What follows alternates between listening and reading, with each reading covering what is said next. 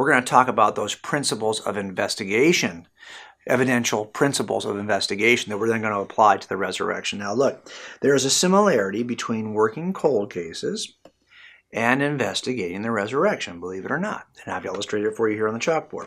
Cold cases are really assembled. They're old. That's why I put a calendar here. They are really old in the distant past. I mean, my cases are sometimes 35 years old. Not only that, they are, for the most part, there are no living eyewitnesses, and I don't have any DNA. If there was a living eyewitness who was still around who could tell me who did it, it wouldn't be a cold case, okay?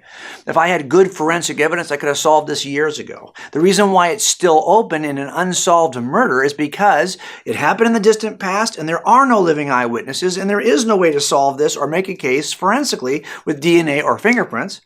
Well, that's very similar, if you think about it, to the case for Christianity. We have an event in the distant past for which we have no living eyewitnesses we can still interview, and we can't make the case with DNA and fingerprints. We're going to have to make it a different way. That's what we're trying to convince people in the culture, that you actually could make this case the same way you would examine any claim about the past, whether it's 30 years ago, 70 years ago, or 2,000 years ago. So let's just jump into some basic principles that I use when I ask the question, how are we going to evaluate evidence? How are we going to evaluate evidence? So let's just jump right into it. First of all, I want you to see that you have to take certain principles into account.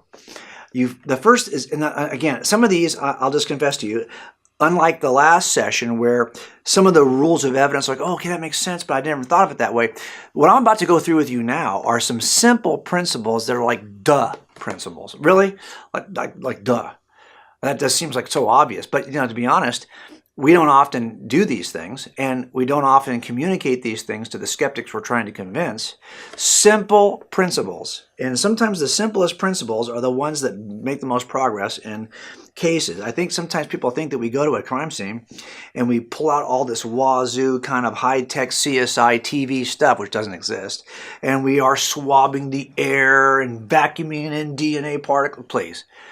No, we're doing the simple duh stuff that if you just do this simple stuff, we're going to end up solving the case. It's much simpler than you might think. So let's just go through some simple principles. Here's the first investigative principle that's pretty simple, and that is this. I know this is going to sound really basic. You got to read the casebook completely. You got to read it thoroughly. Here's what I mean by that. We have a vault in our department. It looks kind of like this shelf I'm showing you. We have on that vault, we have cases that are open and cases that are closed. The cases that we have solved, the murders that we have solved, as you see here, are in black notebooks. Okay? Black notebooks. The red notebooks you see here are the cases that are unsolved. So when I started, I actually was one of the first founding members of our cold case unit. When I walked in our homicide vault, I simply looked at that shelf and I said, okay, let's pull every red notebook off the shelf and let's start reading through the notebooks because these are the unsolved cases. These are the red notebooks. Now, I'll show you, here's our notebook a little bit closer, okay? I want to give you some basic principles. When I say read the casebook thoroughly or completely, here's what I mean by that. What I mean is, before I can begin to jump off and make conclusions about the status of the case, make conclusions about whether or not the case is even worth reopening, whether or not the case is even still workable, I have to read this silly thing from cover to cover. And sometimes it's a 5-inch notebook, and it's in pretty bad shape because no one's looked at it in 30 years. And over the years, every time someone found some piece of paper that was related to that DR number, that case number, they just jam it in the notebook. And so I got this notebook that's a mess. But I got to read that thing cover to cover. Now you'll see here that I got to read it even though a lot of these reports are difficult to read. I don't mean just difficult because they're not copied well. I mean that they are sometimes highly scientific reports. Some of them are coroner's reports with language and terminology that I have to kind of learn in order to read the report. So some are difficult. Also, they're hard to understand sometimes because of the nature of the specialized sciences that sometimes are used in criminal investigations. And if you're not somebody who understands all the anatomical language that is described in a coroner's report at an autopsy, you're going to have to start learning that stuff in order to actually understand what's being said in that report from the autopsy. And I'll tell you another thing. A lot of these are sadly kind of boring. They are. So you have a bunch of reports in my red notebook that are either difficult, hard to understand, or boring. Not only that, sometimes because these reports have been jammed together over time, they are not in the right order. So I got to try to understand the correct order of events. Or what happens is people will organize the reports based on the nature of the report. So maybe instead of having it from what happened from day 1 to day 400, they just taken all the proper reports and put them under one tab.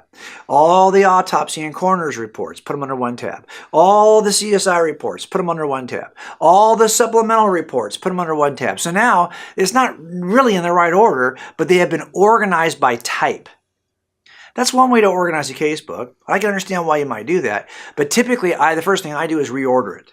I reorder it into the chronological order. In other words, I got to move some of these reports around. And the reason why that's helpful for me is because then it helps me to see what was discovered first, what happened, and then, so for example, if I think, oh, this suspect looks good, I can read a little further to see, oh, this is when they disqualified. This is when they eliminated him from the case.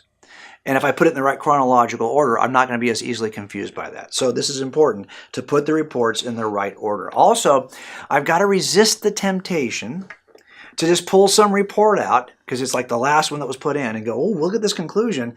I can't read any report in isolation from the other reports, because if I do, I'm likely to come to a bad conclusion. I've got to read the report in the chronology of the case to see how it relates to what happened before and what happened after. Then I've got a better sense of what is happening. Now, why do I say that? Well, you can see where I'm headed with this. Let's just analogize this to reading our scripture.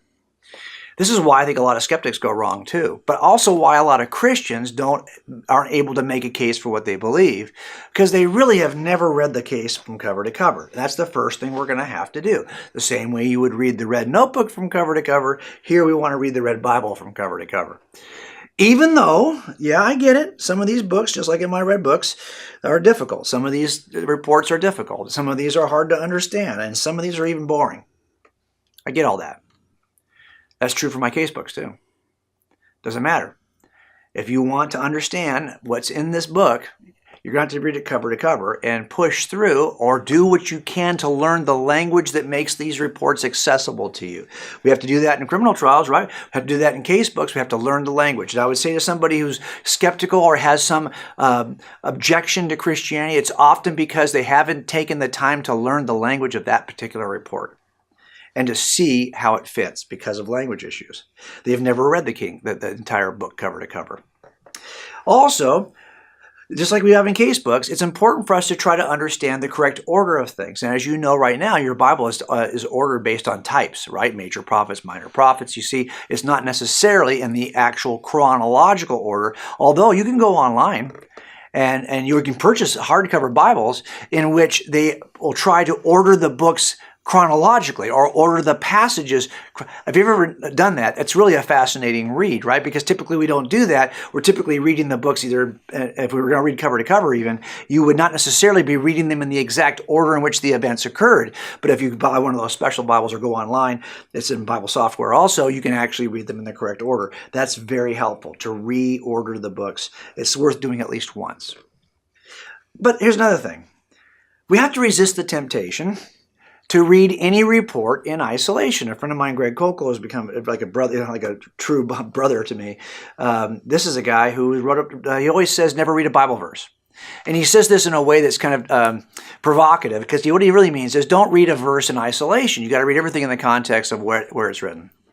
Same thing is true with our casebooks. You can't read one report in isolation. You come to false conclusions. So I always offer this kind of an illustration. This is an illustration from Forensic Faith on the chalkboard here. Here's a verse taken out of context from Psalm 56.